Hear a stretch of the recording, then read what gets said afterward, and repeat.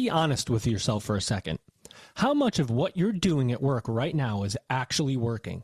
That question came up again and again at Insights EDU last year. You guys already know this isn't your typical higher ed conference. And I've got to be honest, I've been to a lot of higher ed events, and Insights EDU is just different. The conversations are direct, the sessions are outstanding, and the people in the room are there to fix real problems, not defend the status quo. That's why Insights EDU 2026 matters. It's 3 days in Fort Lauderdale, February 17 to 19, focusing on real strategy for higher ed. No fluff, no recycled playbooks, just what works now. You can keep wasting time with what feels safe, or you can get in the room where smarter decisions are being made. Register today at insightsedu.com. You just made the list! Ellucian Live 2026 is taking place April 19th through 22nd, 2026 in Denver, Colorado. Advancing infinite possibilities. Turn innovation into action with AI-powered solutions, student-first strategies, and a global network of fellow leaders at Ellucian Live 2026, higher education's premier global technology conference. It's going to be amazing.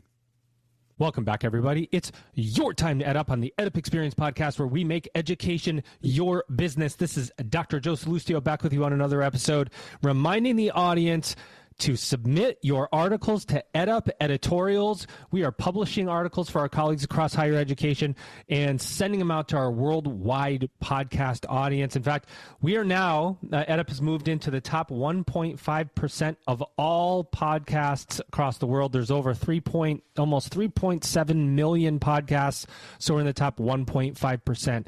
Not bad for a higher ed podcast, right? We're not like pop culture. So I think that's pretty good. We're pretty happy with that. It's taken us some time to get there, but the insights keep coming and coming and coming, and there's no end in sight. We're recording this short of Thanksgiving.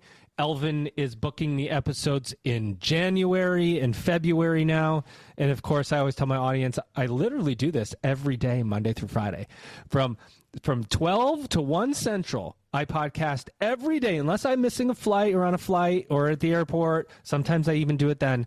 But that's how in demand, and it's not about EdUp, it's how in demand our colleagues are and our listeners are to hear insights from our incredible guests. That's what this is all about. And somebody that's going to help me along the way is my now regular. See, he's regular. He's a regular. He moved on from like shiny object to regular guy now.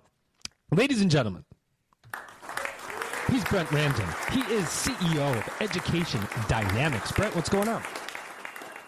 Doing well. Congratulations on being in the a 1%er, by the way. Thank you. Yeah. That's amazing. But it also tells me, Joe, that the conversations we're having with leaders all across the space is resonating for the moment that we're in. And I feel like, just coming off the conference circuit the last few weeks here, that these are timely conversations in terms of talking to leaders who really think about higher education differently and have a heart and a soul for students and for changing higher education and evolving it to meet the moment. And I believe we're talking to one of those leaders today. I think so too. But before we get to him, Brent, I must say, when you talk about change leadership and you talk about meeting the moment and the importance of marketing and enrollment, you kind of have a big deal going on in February of 26. You want to tell us a little bit about Insights EDU? Yeah, it's only the best higher education conference to come to. Yeah. Exactly. But we welcome all listeners to this to an event unlike any other in the space. We will have folks gather this year next year, I should say, in Fort Lauderdale in February, I believe on February 16th, 17th. I could get it wrong. But again, just unique insight in terms of higher education and what we see evolving in the space right now. We see everything changing, right? Changing perceptions of higher education by the consumer, by the student. We see technology changing how folks are finding institutions. And then we see the product of higher education continuing to evolve around all of these forces.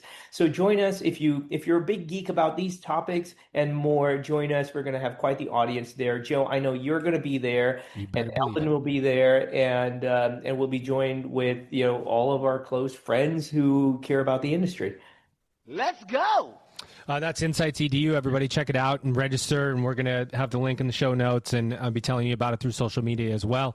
Well, let's get to our guest. He's been sitting patiently listening to us bloviate, Brent, and let's get him now in. He's got a nice clean office, a beautiful painting behind him. He's ready to go. You can see a smile on his face. Ladies and gentlemen, he is Dr. Nick Ladany. He is the president, San Francisco Bay University. Nick, welcome to an EdUp podcast. How are you? I'm doing great, Joe. Thank you for having me. Thank you as well, Brent. Well, Nick, we always like to start out sort of situational of, where when we talk to college president, besides the obvious, San Francisco Bay University, I don't think you're going to say you're in Nebraska. So I think we've got that part covered on where you are. But where are you situated in your area? Tell us about the students that you serve and how you serve them. Absolutely. Well, so it's an interesting, if I can tell you a little story about even how I got here and where we are, where we were, where we are. We're a completely different university than we were even just a couple of years ago when I arrived. So basically, I got here and we have this incredible resource fund that we can use to build a new university. So my task was to really act as a startup and redefine higher education. And so what I did was hire a bunch of really smart folks that were, I like to say, had a healthy disgruntlement with higher education. Because we've been around for a long time. Myself, have been in higher ed over 30 years, tenured faculty, administrator, and saw all the things that were working, but also all the things that were not working in higher education. So what we said was, well, now we have some funds, put our funds where our mouth is and do something really extraordinary. So what we've done here is completely rethink what we're going to do in higher education, but not like other universities have typically done. We really go back. We start with the dirty little secret in higher education is faculty have never been trained in how to teach. There's no other industry in the world where you would hire employees to do a job that they have no training in. So we said we're going to train our faculty. We're going to have high expectations for our faculty. We're going to pay them well. That's another thing a lot of universities won't do. And the expectations include things like getting them trained, having them teach year round, having them teach 8 to 9 courses a year, but really focus on their teaching. My experience is about a third of the faculty at most universities are pretty good, if not great. A third are benign, and a third are probably not very competent. And so that's why you get this very uneven experience in higher education from faculty. So we start with getting faculty to learn how to teach. Second thing is we are very low in our tuition. Our tuition right now is under $10,000 a year. It's going to drop. I'll tell you more about that in the future. But actually, we're offering. I think our tuition averages around $1,600 a year because again, we have this very large resource pool that we're able to draw from. We also offer complete wraparound services for our students, including unlimited mental health, so that students can really get the needs they have met, such as academic support services and in writing and in math and so forth. So we're really looking to redefine what does this look like. And I can tell you a lot more. We've capped all our classes at 20. There's a lot of things that we're doing. We're not wasting our money on athletics. Another little secret in higher education is athletics. Although I love watching sports, students pay for athletics, and that's not a fair way to go.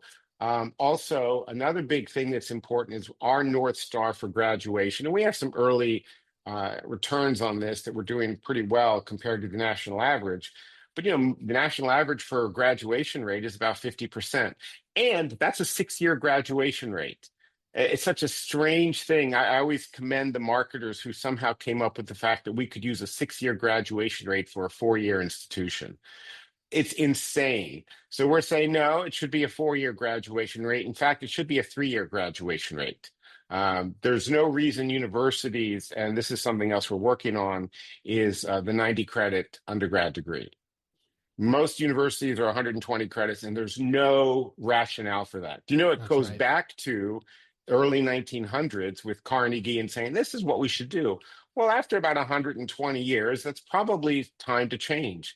And what we know is that 90 credits is sufficient. Cambridge does it, Oxford does it, and if they can do it, I think we can do it. So all that to say, rechanging, looking at everything, and I know you probably have questions, but we're all in on AI, building AI professors, building out how a human professor, or we like to say, AI meets HI, or artificial intelligence meets human insight.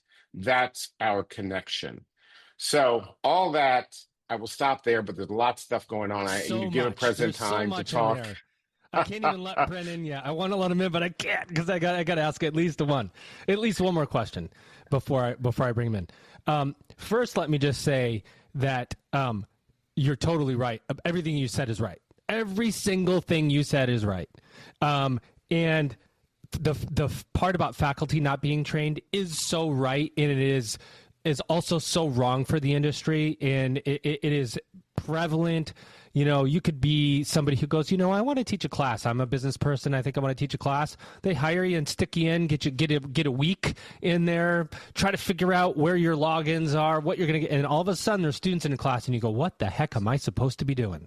I know that firsthand. I'm sure many out there do as well. And that is the truth. And to your point about faculty too, that middle, every institution might have some full-time faculty, but that middle, the adjuncts, they do cycle in and cycle out, and it's really hard to hit any consistency of teaching and learning and training because you have many institutions have that revolving door. So right on, and that is a great problem to solve. The 90 credit bachelor's, oh boy, is this just so good because it is.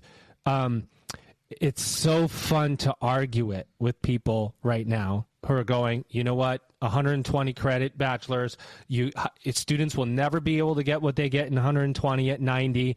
They're not going to get the critical thinking and the gen eds that they need. And I go, well, if you know anything about curriculum design, you don't need to have a course on critical thinking. You could have a course that's critical thinking for business analytics or critical thinking for human resource management. And you start to take the critical skills that you need and you embed them next to the actual workplace skills. And that's how you create a 90 credit. And you can also create a 90 credit bachelor's. You can also create 15 credit certificates that you can award. So if a student stops out, they get to go get a job as whatever they get awarded for. And so we're starting to see now over 60, I think it might be close to 70 schools that have joined the Degree in 3 exchange, which is where that 90 credit conversation is taking place. So, and finally, and then I'll say, and this isn't a question, just maybe for something you respond to, you have Brad Fuster over there, who is a host of EdUp Innovation on the EdUp Experience Network. So there's so much I had to get out there. Nick, I just love everything that you said. What do you think about all the stuff that I said? Am I crazy? Am I just a crazy podcaster, or am I hitting the nail on some of those things? You're nailing it. In fact, you're actually using a rational approach to understanding higher education. There are a lot of myths, a lot of traditions that are for all intents and purposes, nonsense in higher education. And finally, we're beginning to look at it. And I think, to your point about 90 credits, there is no magic number. We actually redesigned our entire core curriculum. And we now have 10 courses that are purposefully interdisciplinary, purposefully attending to all of those liberal arts skills, but also are industry validated. So we did both. I know universities, I've been at universities, took 12 years to redesign a core curriculum. Insane, 12 years. It's a core curriculum that's good for 12 years ago, maybe. But also this idea that you can pull, from a menu of courses and somehow that gives you critical thinking is just, again, nonsense. We apply rational scientific approaches to all kinds of things in higher education. I mean, a lot of good research comes out of higher education, but what we don't use is those same skill sets for understanding teaching and learning. We just assume, look, we're going to use what I like to say, the germ theory of education. We'll expose students to content and assume they learn the skills. It just Well, let's doesn't work. start the insanity. That's exactly it. And Brent, you don't have any questions, right? You want me to keep going? You know what? I would like to drop one in right now. Oh, it's fine. If you don't mind. But Joe, something tells me you also have like a roster of questions here for Nick, just because when so somebody starts out things. like that, Yeah, it's like, oh, this is good. Go ahead, Brent. Well, Nick, I think you touched on, and I really want to peel back on why. I'm a big start with why Simon Sinek guy, by the way, and I feel like as you peel back on SFBU's why and your personal why as well, there's a unique story to be told. And so I'm going to sort of, share maybe some high level context with our audience. So when we look at the research and we see the data, we have more anxiety around cost and more anxiety around career and outcomes than ever before in higher education. We also have a population that's fundamentally different in higher education than it was, just a few years ago.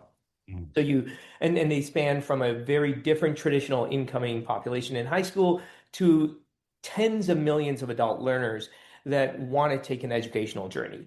And I really want to peel back because you're doing amazing stuff. And I think you have a great story back to your mission and your purpose in terms of how SFBU sees the world and sees the journey that they're taking with students every day. Because I think we're talking about innovating the product itself around a different faculty, shorter and definitely cheaper. And then you mentioned just a minute ago, tying it to industry. So I'd love to just peel back, Nick, and get to maybe the heart and soul of SFBU, the why. Great question, Brent.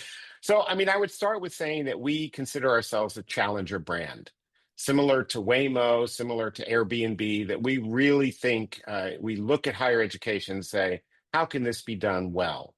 And not worry about what's been done in the past, but build upon it to some extent, but not just be beholden to those old traditions. So I think that's a big part of it. The other part is, and this actually links to our AI approach, that we think that higher education has failed large swaths of students across the board, and they put a lot of people in debt unnecessarily. And it was all based on ego. It was based on, I think, of a mutual corruption among faculty, staff, administration to keep what they've done and what they're getting and further that internally motivated goal without considering students. You hear this term a lot, academic freedom, academic freedom. Well, academic freedom doesn't cover you if you're a poor teacher. And in fact, in other countries, academic freedom also doesn't just include faculty like in the US, it includes students as well. Student learning is a critical part of academic freedom. We don't have that in the US, which is why I think a lot of times we are too beholden to faculty. Now, I say all that and say, what is the why? Why are we doing what we're doing? We're really trying to increase access to higher education, but also increase and create a competence or skills-based understanding and learning approach. And what I mean by that is, and I'll use the AI as an example. So we're all in on AI. What we've done is we're creating AI professors who are going to be the best versions of the best professors any student has ever had. It's not just ChatGPT, it's also integrating our pedagogical approach, which we've created to make sure that faculty know how to teach. We're still going to have human professors, but the AI professors can do things like the following. So picture a business class, whether it's an MBA or an undergraduate business class, and say part of that business class you have a class on negotiation. Well, anyone can teach Harvard's skill of good negotiation. That's easy. It's a lecture or it's a discussion, but it's basically here are the skills. What we're doing is saying, okay, now that you know what the skills are, have you watch what that looks like, and now we want you to do that. So we present them with an AI avatar who's going to negotiate. Could be negotiating a salary increase, could be negotiating, we've got different scenarios for students to negotiate. Then while they do that and experience that negotiation in real time, they get feedback on how well they're doing. So on this rubric, if you are, at whatever number of points or wherever you are in terms of the skills you're demonstrating, that's learning. That's a very different kind of learning. It's experiential learning. It's getting them connected to the skills. And here's the thing, if you don't do it well, try it again and do it again. Mm. The AI has unlimited patience. So it really is a meritocracy. So just because you have money and you get into university doesn't mean you're going to get good grades and graduate. You actually have to show the skills. Because that's the other dirty little secret in higher education is that we admit students purposefully who have money. The whole standardized test industry is based on selecting students who have money. Because the number one variable that's related to standardized tests is family wealth. So I always say, why worry about standardized tests? Why worry about anything? Just ask kids how much their parents make and admit them based on that. That's more genuine. Somebody thinks that way for sure out there. I think most universities, that's where most universities are at these days. Yeah. So what I'm saying is get any of, whether it's a young adult or an older adult, get them in, get them learning these skills and have them demonstrate those skills, because that's what industry is going to want to know. Okay, so you say you took a class or took a module on negotiation in a class. How do you know they did any well? Well, that's why we don't interview well in our HR spaces. Mm-hmm. Now you can say this person actually has those skills and we want to hire them. So RY is giving access, but also ensuring that they're showing competence that will allow industry or employers, to hire them with confidence. I want to peel back on the AI portion of it, because I'll tell you, for the last year, we've been hearing about folks talk about adoption of AI, and you see like surface level point solutions here and there. What you just did is you went and said AI professor. Artificial intelligence. Whoa. That is problematic sometimes. And I'm just wondering, for the folks who are thinking about this and thinking about how it disrupts higher education and all that good stuff, what are you feeling? What are you seeing in terms of student experience and outcomes? Because I think you're on the leading edge of this. Yes, to be fair, we are just doing this. We're going to launch an MBA program in the spring, kind of late spring, that's fully AI integrated with AI professors. So we're having students interact with those AI avatars now in smaller segments of classes, for example. But here's the interesting thing. So students find ChatGPT very nice. It's nice. It strokes your ego, makes you feel good. But with the avatar that's built within where we have our pedagogical approach built in it, which is largely Socratic, it actually frustrates the students. And we think that frustration leads to growth because they don't give them the answers. They think back to an earlier class. What do you think? And really walks them through in a scaffolding way in order to learn the skill. So you're right. I wrote an article for Forbes recently about an AI professor and got a bit of some, let's say, pushback from the industry. But so what? We should be pushing back. They should be pushing back and we should be pushing back, frankly. We should be saying, look, this is a better approach. And this is how faculty roles will evolve. Because I already mentioned the human insight is the other part. So the human professor's job becomes to build community, help students network, mentor, do all the things that faculty should be doing, but forget about the lecture. Mm-hmm. Most faculty are awful at it. And by the way, you said this earlier, Joe, faculty are not trained in curriculum development. We don't know how to do curriculum. I never learned curriculum development, but yet, if you ever go to a university, most universities, the faculty would say, well, we own the curriculum. Well, that's nonsense. Again, it's nonsense. And someone's got to stand up and say, that is nonsense. And so that's what we're doing here. So the challenger brand also, or as a challenger brand, we're saying, here's what we're doing wrong in higher education. And we're unafraid to point it out. Brent, I got to ask one. I'm sorry. The nonsense piece that you're talking, like there's this, I always say, I do a lot of keynotes, and the idea of common sense in higher education, where it doesn't actually sometimes have its place. And I think about institutions where they have 9-month faculty that hold decision-making power over transfer credit. And you go, in no other industry would you allow somebody who works 9 months out of the year to decide on how a customer experience is going to be. But yet we do that in higher ed, and you go, it makes no sense. But to your point, right. And one thing that, and on the AI conversation, then Brent, I'll pass it back to you. I'm thinking a lot about the paper being obsolete at this point, like the output of learning being the essay. And how kids are thinking, right? Or how I might think, or you might think now about, if I had to write a 5 to 7 page paper, how much AI would I use to assist in my writing? I probably would put in the faculty bio into an LLM, maybe have the internet scrape that faculty's grading preferences. Look at sites where students have talked about that faculty, whether they're hard, whether they're easy. See if I can get any kind of grading rubric preferences out of the internet. Like I said, put in that bio, put in the syllabi, and say, grade my paper act as if you were my faculty member and grade this paper for me. Then I would rewrite it, and I'd get a great grade every single time. But the output of the paper is not what I learned. I learned everything before that paper came to be. I learned what combination of AI programs I'm going to put together. I thought about what was the structure. I had to validate my sources. I had to do all those things. What do you think about the paper? Let's go to insightsedu.com. Remember that URL, because let's be honest, how much of what you're doing at work right now is actually working? It's time to inject fresh ideas and effective strategies. And Insights EDU is for these leaders that want to see results. The conversations are direct. The sessions are outstanding. And the people in the room are there to solve real problems, not protect the status quo. Insights EDU 2026 is February 17 to 19 in Fort Lauderdale. No fluff, no recycled playbooks, just what works now. Register today at insightsedu.com.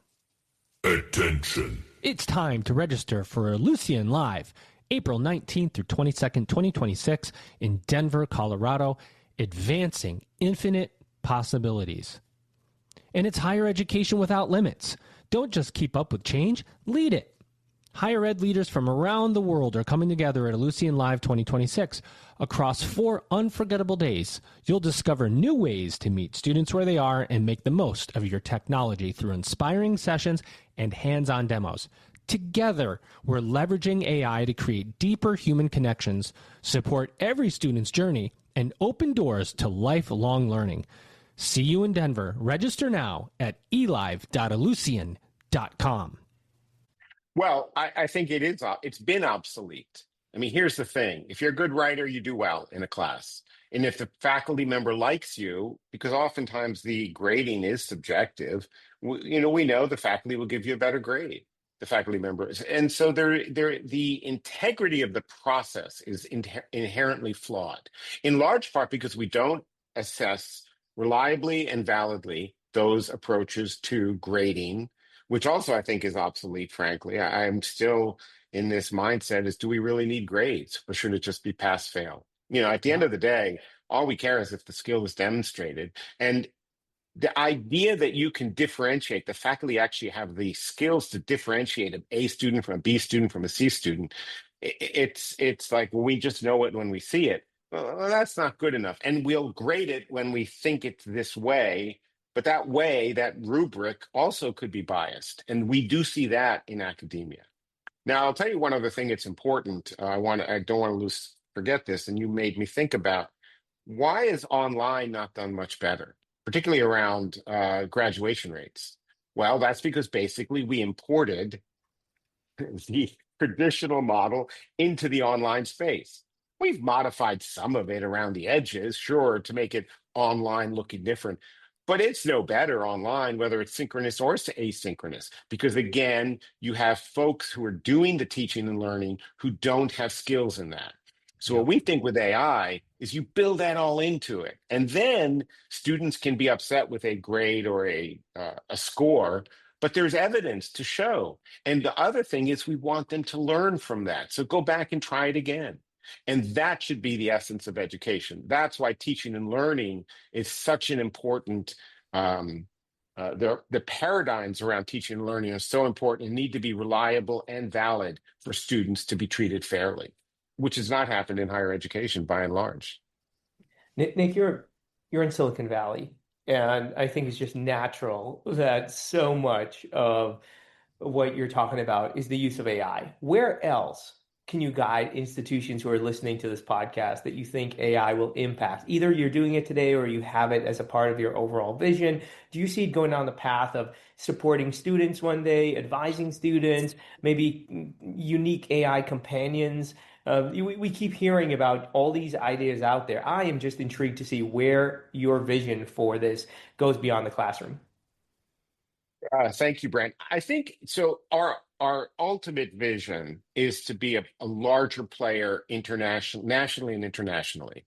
And so, might that look? So, with AI, it frees us up from the traditional campus.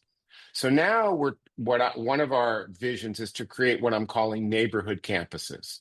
So the college goes to you. So in a community center or in a library, you use that facility as a higher ed institution learning as a campus, basically, Nailed it. for 100 to 500 students. That where students don't have to commute miles, don't have to pay for parking, don't have to do all the other nonsense that traditional residential campuses do. And by the way, we thought about becoming more of a traditional residential campus here. We considered a whole campus plan. We were going to build a quad and then we were like, you know what? That's not the future of higher education. We bring education to you in the neighborhoods. And so I envision a network of neighborhood campuses, first in California, then nationally, and then internationally, where we are teaching and learning using our approach around education. Because the other thing I didn't mention is we only have, really 2 to 3 majors right now: business, computer science, psychology's coming. We also have engineering. But I don't think there's much more to come. Next is health sciences and then something in the arts. But that's it. You don't need 60 majors because you know what? 60 majors is why your tuition is 30, 40, 50,000 a year. And you don't need that many majors in a variety of majors that are not bringing folks jobs. And we got to be a little bit honest intellectually honest about why certain majors aren't getting jobs. And that's okay too. Maybe they shouldn't be majors. Maybe there should be something else that gets students that allows them to have lifelong careers, not just one career. Nick, with the offerings that you have today and with the way you educate students, can you talk a little bit about the student population that you attract? Yeah, so we have 2 sets of students. Traditionally, we've been bringing international students here for master's programs. So since I've got here, we focused primarily on domestic undergraduate students. And so that's our new group of students coming through. And we have a signature scholarship program called the Startup Scholars. And what this is the students come, they get free education or free, no tuition, no fees on tuition. By the way, we have no fees for the most part. We don't have all those. We also have, and you mentioned Brad Fuster earlier, our provost. He initiated a no cost textbook policy. So our students don't pay for textbooks. So again, no worry about that. You don't have to. We know there's enough open education resources to help students out. Again, faculty own it. Faculty write books. They want students to pay for their books. So that's how that works oftentimes. Let me go back to what I was just saying about, what was I just saying about? Students that come your way. Oh, students that come our way. Yes. Yeah. So our Startup Scholars Program, we offer no tuition. We offer room and board, and we give them $10,000 to create and to build their passion project, a startup business of their own. And so we think that model, now the $10,000 is nice, but we can't do that for all students. But we do think the model of entrepreneurial approaches to student learning, you should see these students. Early indications are, these are low numbers, but we do have about a 70 to 80% fall to fall retention for students that are largely from underserved population, low income backgrounds. Now, those are not all our students, but that is predominantly the cluster of students we have right now in that space, and they're succeeding. And of course they're succeeding. They always should be succeeding. But universities traditionally do not do that. And they don't purposefully concern themselves with true student learning. Again, I would say they focus on making faculty happy. Yeah, and Nick, I love the fact that you're building a product not just for one type of student. The adult student who's working can also find a home at SFBU. The traditional student that is coming out of high school finds a home there. And whether it's AI in the classroom or any of the support services that you have, it works for what we call the modern learner. Really, that learner that can be almost any age, but they care about the same thing. They care about taking an educational journey that's efficient, that gets them to their life goal. I think you're doing a great job of that. Thank you, Brent. I appreciate that. That is our goal, and that's what we think can happen. I like to jokingly say we're a bipartisan love child of a university because we're affordable, we're accessible, we deeply want to put our money in an efficient way towards student learning. And I actually think it can work. We've just never really tried it well in higher education. We're still playing something other game that's taking us away from distracting us really from our true mission. Nick, I'm going to ask a really tough question. You're building this, you're sort of recreating this institution, right? And the unique fiscal model, unique curriculum, unique, everything. Can an existing institution that's been around for a while do what you're doing? Great question. Absolutely. And in fact, they're purposefully not doing it, or they don't know not to do it. So we're seeing one university close a week. That's no coincidence. Universities, you can look at their balance sheets. You can look at their finances and say, that one's closing. That's going to close in maybe a year. This one maybe 2 to 3 years, but they're closing. What universities need to do is say, we are in a urgent situation, and it really boils down to the trustees. The board of trustees at universities, they may not understand higher education enough. They often I would say they probably don't have the wherewithal to figure out how to do this. But I think with a little education, look at what we're doing. And, I think consider these folks are often good business people. What they do in their business, they would never do in higher education. I've seen all kinds of stuff happen. You hear trustees, for example, at places with like big football programs. Well, we need football. Well, someone's got to say that's silly. You're losing money. There's only a dozen universities nationally that make money on football. And anyone that tells you otherwise isn't looking at the data. And so why are we spending millions on football at most institutions? Millions. When we should be focusing on education. We don't focus on retention. When you look at universities that cut services, and I've heard universities presidents say this, we can't offer unlimited mental health. We can't offer mental health services that students need. And like, well, why? Well, it costs too much. Well, really, do you know what it costs for a rock climbing wall to have another staff psychologist on campus? That's insane, again, going back to the nonsense, that you're not looking at that from a fiscal perspective. And by the way, if you offer those services, one therapist, if they retain 5 students at most universities, that would cover their salary. But they're not thinking that way. They're thinking very short term. But frankly, to be fair, as presidents, we don't get trained in all the facets. We kind of know most of them, but it is kind of a doing by learning. So Brent, to your question, yes, universities could absolutely do this, and they should look at their fiscal trajectory and say something's got to change sooner rather than late. Don't wait until they're in exigency. Go and commit to, and understand they're in this financial exigency phase, and then start changing internally what the university is doing. And there are a variety of things they can do. A lot of what we're doing, they can do, but they need to have that strength of conviction to do it. I suspect, and I think this has been the case, universities are going under largely because they would rather go under than change what they're doing fundamentally, or don't believe they can change what they're doing. But of course they can. They have millions of dollars in endowments. Come on. How can you not do that? How can these some billions of dollars not be used better? Arguably, it's the entire system is designed to prevent innovation from the current model that exists. And any university who's good at it, been able to do something, either has some kind of major initiative from the top down, from the board, like you've had, or they chunk out a piece of their organization and put it off to the side so it's not disrupted, because the whole disruptive innovation thing is very real, Brent, as you know, that I know, that the mothership is designed to eat that innovation for breakfast and will over time unless it's protected. And that's pretty much why.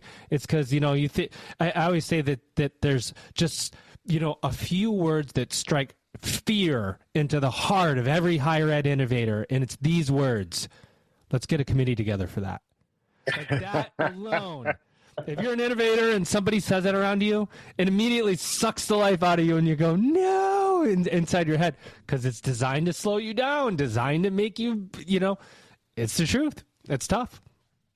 It's not good government or governance. It's really, I can reflect back on committees that I've been on.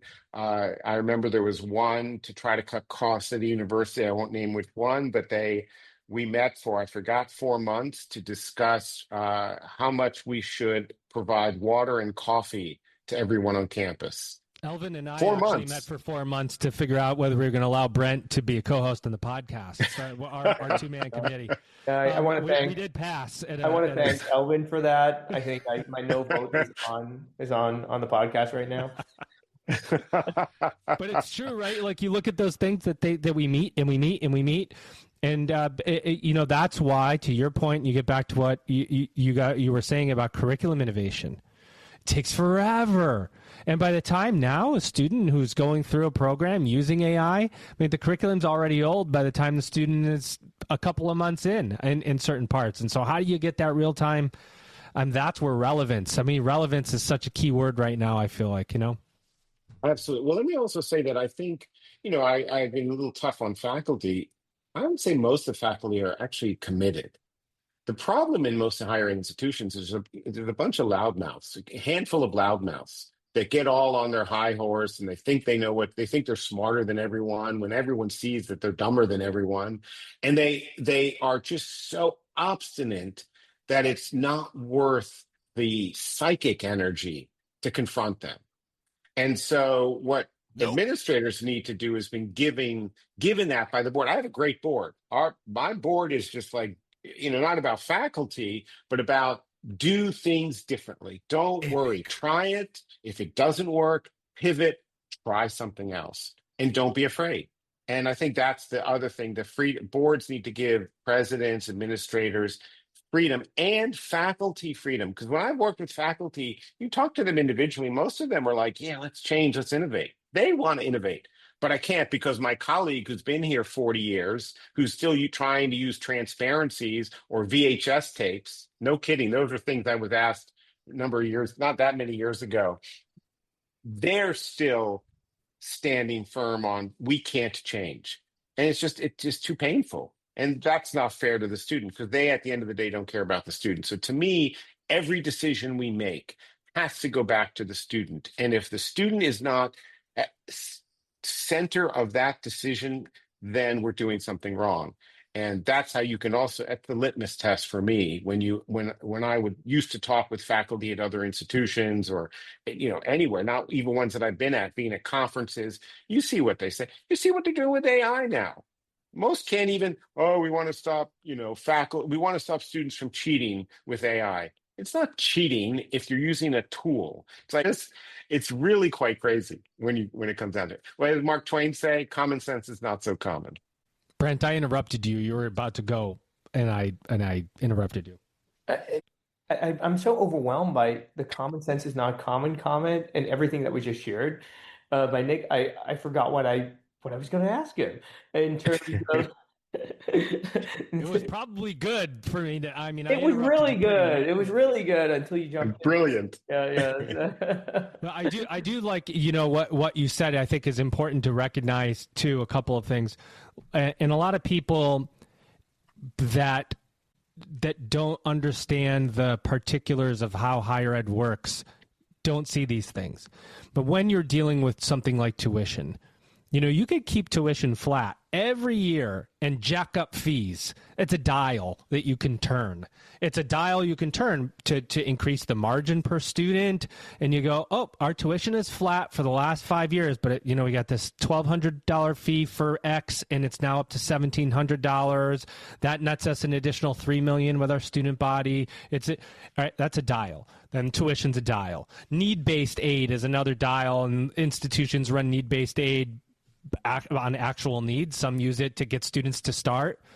And your point about athletics, I can't tell you how many meetings I was in institutions that I worked for, one in particular, where you just couldn't drop any sports. You couldn't drop any programs because it was part of the enrollment strategy. And the fear was if we drop the program, we won't have as many enrollments. But because we were recruiting athletes and jacking up the scholarships, I was having to get my team in a room and go, we need more full pay students. We need to go out and find more students that have money, in these other affluent areas. We need more students there. To your exact point, that it became a dollar and cent situation so that I could pay for the sports. And this student over here, because this family over here had money and it was a good student, they were going to pay, at a 80% rate, and the athlete was paying at a 20% rate. And that's just the way it goes. That's right. And here's the other thing about athletics that, you'll hear this, and there's truth to this, that student athletes generally do better than non-student athletes in terms of grades. But here's the thing no one says. Student athletes get all kinds of additional academic support services that allow them to do better. So why not offer all those academic support services for all students without having to spend $100,000 a year just to water a football field? Those are the kind of things that I think universities aren't looking at rationally.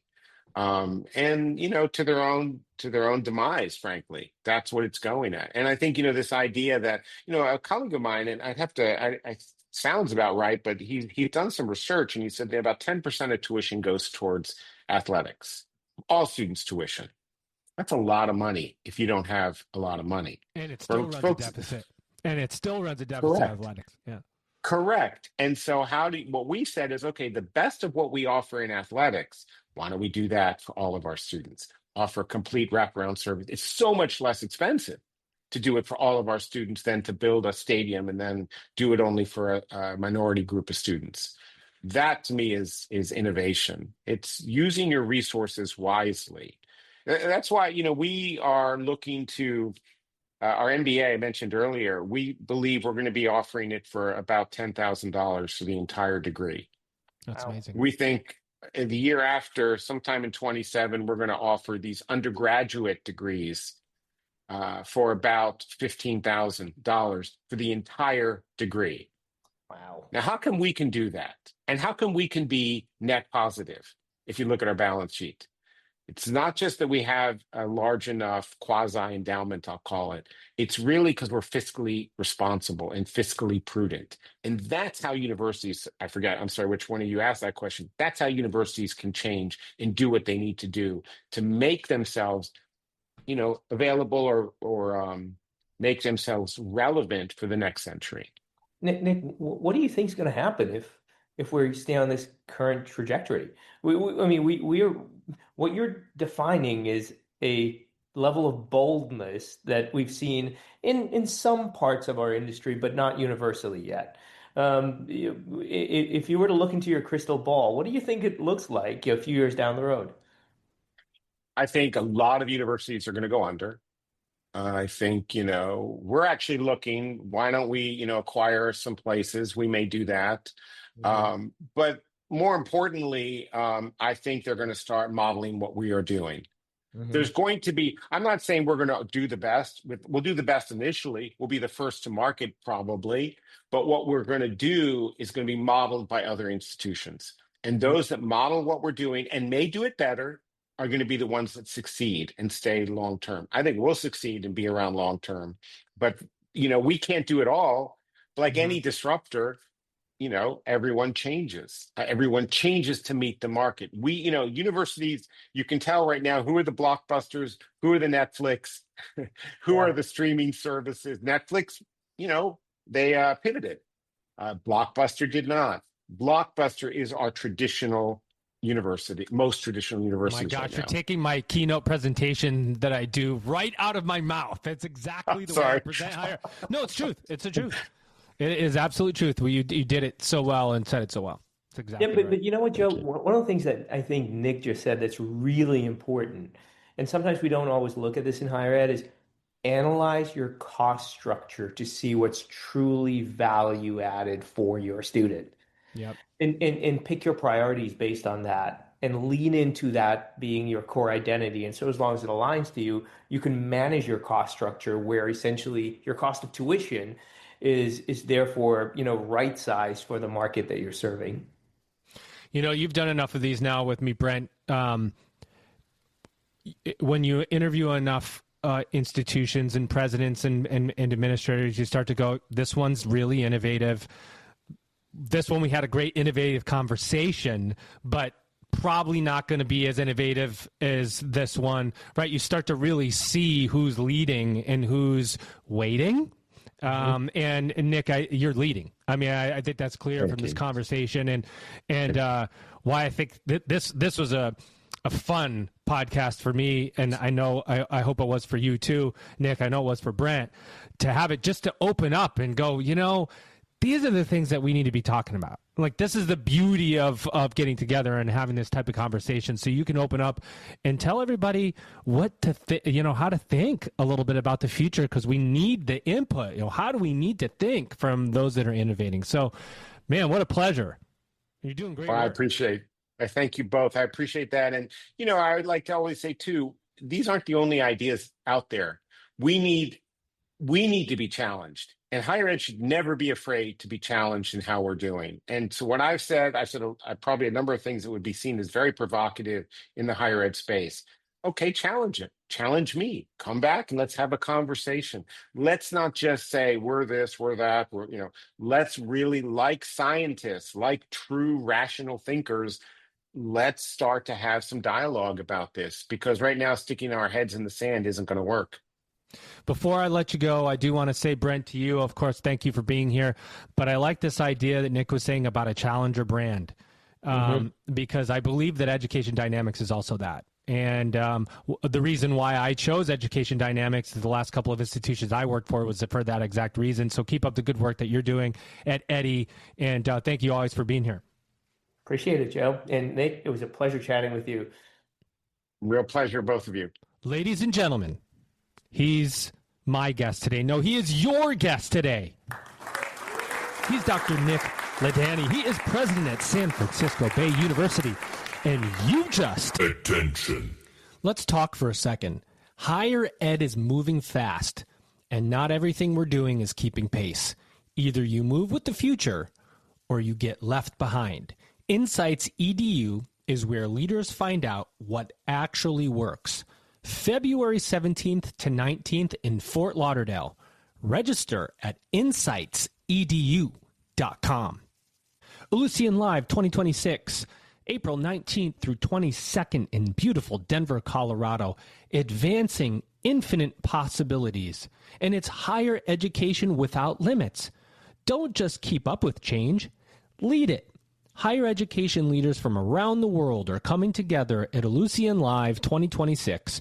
Across 4 unforgettable days, discover new ways to meet students where they are and make the most of your technology through inspiring sessions and hands-on demos. Together, we're leveraging AI to create deeper human connections, support every student's journey, and open doors to lifelong learning. See you in Denver. Register now at elive.ellucian.com. It's going to be amazing.